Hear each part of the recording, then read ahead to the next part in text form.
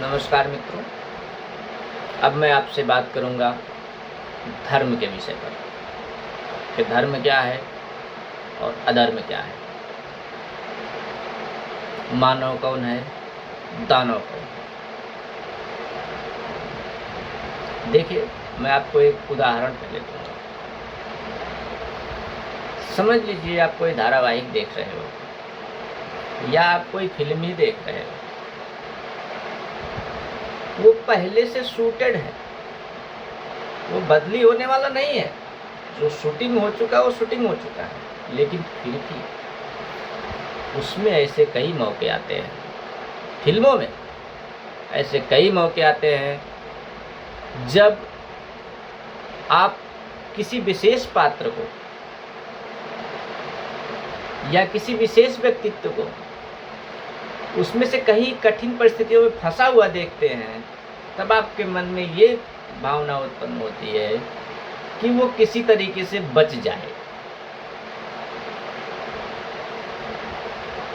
प्रत्येक व्यक्ति यही सोचता है, केवल आप ही नहीं, प्रत्येक व्यक्ति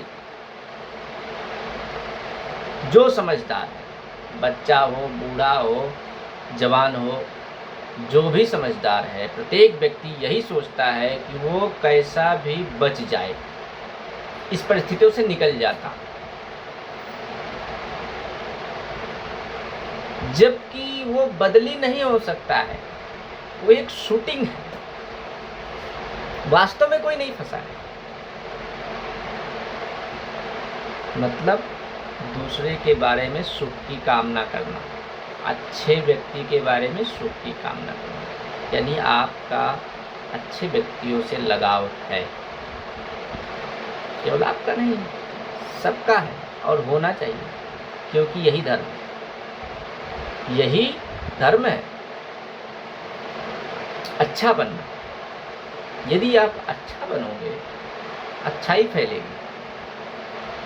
और जैसे आपका मन फिल्म देख के करता है कि उसको कैसा करके बच जाए, किसी भी तरह से बच जाए, वैसे यदि आप अच्छे व्यक्तित्व बन गए, वास्तविक जीवन में अच्छे रहोगे, तो वास्तविक जीवन में भी यदि आप कहीं फंसे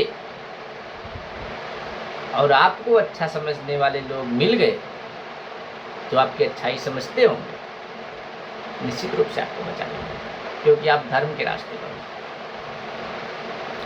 यदि आप अधर्म के रास्ते पर रहोगे तो आपको कोई नहीं बचाएगा। अधर्मी व्यक्ति बैठ करके फिल्म भी अगर देखे तो उसको क्या फर्क पड़ता है कि कौन मर रहा है, कौन बच रहा है। वो तो फिल्म में जो गाने आएंगे, जो डांस होंगे, उसको देखने के लिए फिल्म देखता है। अधर्मी व्यक्ति को व्यभिचार पसंद है। अधर्मी व्यक्ति तो हुस्न देखने के लिए, हुस्न, केवल हुस्न देखने के लिए फिल्म देखेगा। उसको कोई फर्क नहीं पड़ेगा कि कौन सा पात्र कब संकट में पड़ा, किसको पढ़ना चाहिए था, कौन पढ़ गया। वो एक फिल्म देख करके भी अधर्मी व्यक्ति को कोई फर्क नहीं पड़ता, और वास्तविक जीवन में भी अधर्मी व्यक्ति को कोई फर्क नहीं पड़ता। अब आप, जैसा कि आप जानते होंगे, मैं किसी खास धर्म की बात नहीं करूंगा कि ये धर्म का नाम है, वो धर्म का नाम। बस आप ये समझ लीजिए कि आज के समय में दर्जनों प्रकार के धर्म हो रहे हैं दुनिया में, दर्जनों प्रकार के। ये एक चिंता का विषय है। चिंता का विषय इसलिए कि जो लोग इतना सारा धर्म बना लिए हैं, लोगों को एक दूसरे को ये धर्म से निकाल के वो धर्म से निकाल के वो धर्म में जोड़ रहे हैं। क्यों जोड़ रहे हैं मुझे पता नहीं, क्योंकि रिजल्ट तो कुछ आ ही नहीं रहा।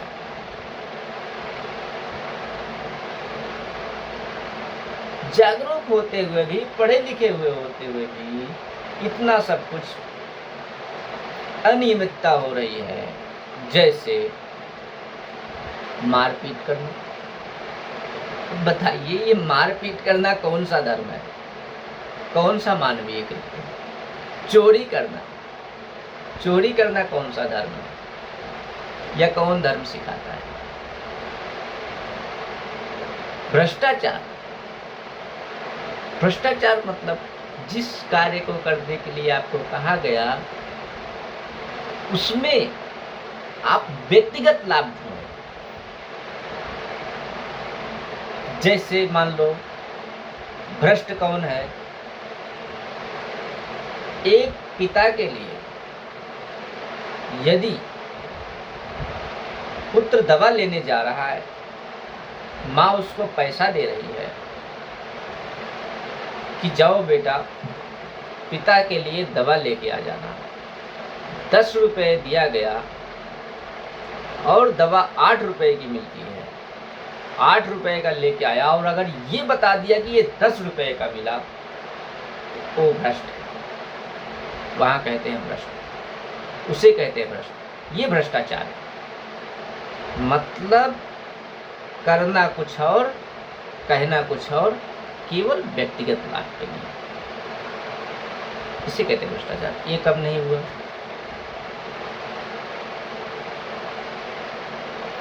चोरी, डकैती, मारपीट, बलात्कार कुछ भी कम नहीं हुआ। तो ये दर्जनों धर्म के लाभ क्या है? कुछ नहीं, क्योंकि धर्म दर्जनों प्रकार के नहीं होते। धर्म तो देखिए 2 ही प्रकार के होते हैं। 2, पहला धर्म और दूसरा अधर्म। दोनों रहते हैं, ऐसा नहीं, दोनों का विद्यमान रहना भी जरूरी है, लेकिन सही मात्रा में। अधर्म यदि धर्म पर हावी हो जाएगा तो विनाश होगा, छिन्न भिन्न होगी, सब कुछ छिन्न भिन्न हो जाएगा और ये प्रकृति के लिए अच्छा नहीं है। प्रकृति रिएक्शन करती है, प्रकृति रिएक्शन करती है मतलब प्रकृति प्रतिक्रिया देती है। और यदि अधर्म को बढ़ने ना दिया जाए, यानी धर्म का प्रचार प्रसार हो, वास्तविक धर्म का, तथाकथित धर्म का नहीं, धर्म का प्रचार प्रसार हो, तो उन्नति, मानव उन्नति होती रहेगी। अर्थात हमारे जो आविष्कार हैं वो जीवित रहेंगे। यदि अधर्म का विकास हुआ तो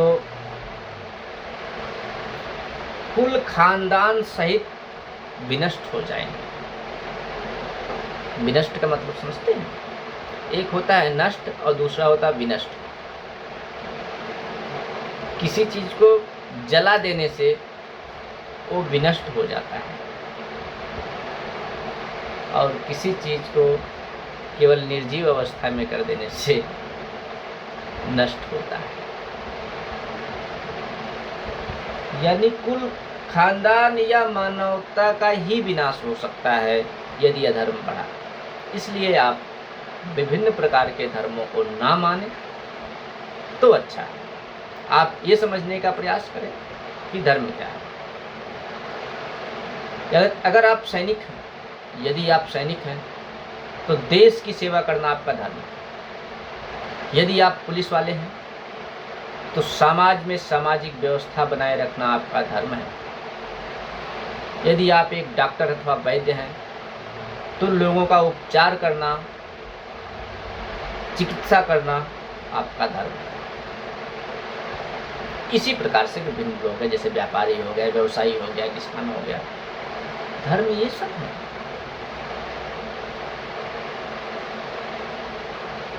धर्म अर्थात कर्तव्य, आपकी ड्यूटी, यही धर्म है। ये नहीं कि आप इस देवी को मानने लगे तो ये धर्म, उस देवी को मानने लगे या उस देवता को मानने लगे तो वो धर्म हो गया। आप इस पद्धति से पूजा करोगे तो ये धर्म, आप उस पद्धति से पूजा करोगे तो वो धर्म। ऐसा कुछ भी नहीं है। जिसके पास उत्कृष्ट ज्ञान है,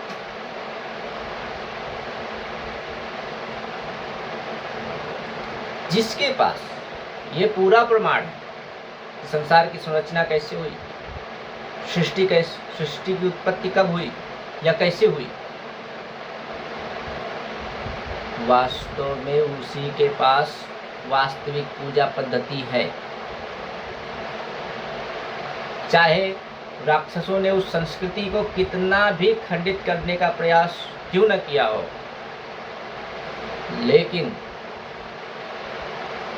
जिनके धर्म ग्रंथ ये बताते हो पक्षी का जन्म कैसे हुआ, मनुष्य का जन्म कैसे हुआ, सांप कब जन्मा, कैसे जन्मा, मछली कहाँ जन्मी,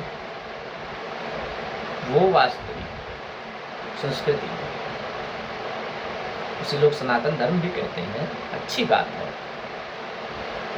क्योंकि मनुष्य या जगत, पूरा जगत सनातनी है, सब कुछ सनातन है, बिना सनातन के कुछ भी नहीं है।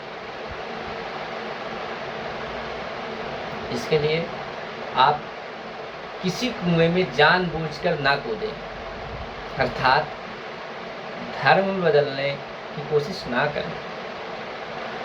अगर कुएं से नहीं निकल पाए तो कुएं में ही आपकी मौत हो जाएगी और संसार में आने का उद्देश्य आपका पूरा नहीं होगा। देवी देवता निश्चित रूप से है। किसी भी संस्कृति की आप बात कर लो, लोग आराधना करते हैं, पूजा करते हैं, पद्धतियां बदल लिए हैं, पूजा पद्धति बदल लिए हैं,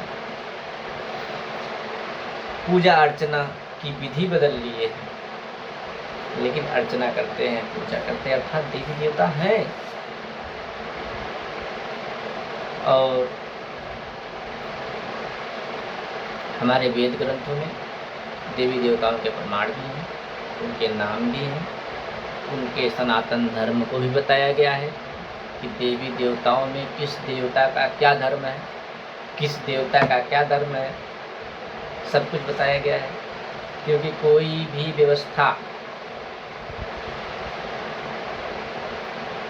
व्यवस्था बनाने के लिए तमाम कार्यकर्ता चाहिए, तमाम प्रकार के कर्मचारी चाहिए। इसी प्रकार ये संसार भी या ये सांसारिक व्यवस्था भी तमाम कर्मचारी चलाते हैं, जो असीम शक्तियों के स्वामी, जिनको हम देवता कहते हैं। और देवता हैं, इसको आप इनकार नहीं कर सकते। यदि आप इनकार करते हैं तो ये आपकी गलती है, क्योंकि आप अपने आप से ही छल कर रहे हैं। आप देवी देवताओं को माने, आप उनकी पूजा करें, पूजा खाली उतना ही करें जितना जरूरी हो। आप देवी देवताओं के भरोसे बैठ करके आप ये समझें कि देवी देवता हमारे लिए पैसा बरसाएंगे, तो देवी देवता पैसा नहीं बरसाएंगे, क्योंकि प्राकृतिक नियम जो है वो प्राकृतिक नियम है। देवी देवता भी प्रकृति के नियम का उल्लंघन नहीं कर सकते। यदि किसी देवता ने या किसी देवी ने प्रकृति के नियम का उल्लंघन किया, उसका भुगतान उसको भी करना पड़ेगा, उसका दंड उसे भी सहना पड़ेगा। मनुष्य कभी कभी बच जाता है, कई मनुष्य बच जाते हैं ज्ञान के अभाव में, कई बार उल्लंघन कर देते हैं, किंतु उनको ज्ञान कम रहता है। यदि जो मनुष्य अनजान रहता है, मतलब एकदम से अनभिज्ञ, वो बच जाता है कई बार उल्लंघन करने से। लेकिन देवी देवता यदि उल्लंघन करेंगे तो उनको दंड भुगतना पड़ेगा, क्योंकि वो ज्ञानी है, उनके पास ज्ञान है। इसलिए आप ये ना समझो कि आप देवता की पूजा करने बैठ जाओगे तो देवता आपको सब चीज़ ला के दे देंगे, ऐसा नहीं। ये बात जरूर है कि आपका अगर किसी से व्यवहार है किसी भी कार्यालय में, तो आपका काम जल्दी से हो जाता है। इसी प्रकार यदि आप किसी देवी देवता की पूजा करते हो तो उन देवी देवता से संबंधित यदि कोई कार्य आपका सिद्ध होने वाला है, तो आपको कर्म या मेहनत थोड़ी कम करनी पड़ सकती है। चलिए, बातें तो बहुत हो गया, इसी के साथ अब अपनी बातों पर विराम देते हैं। जय श्री कृष्ण।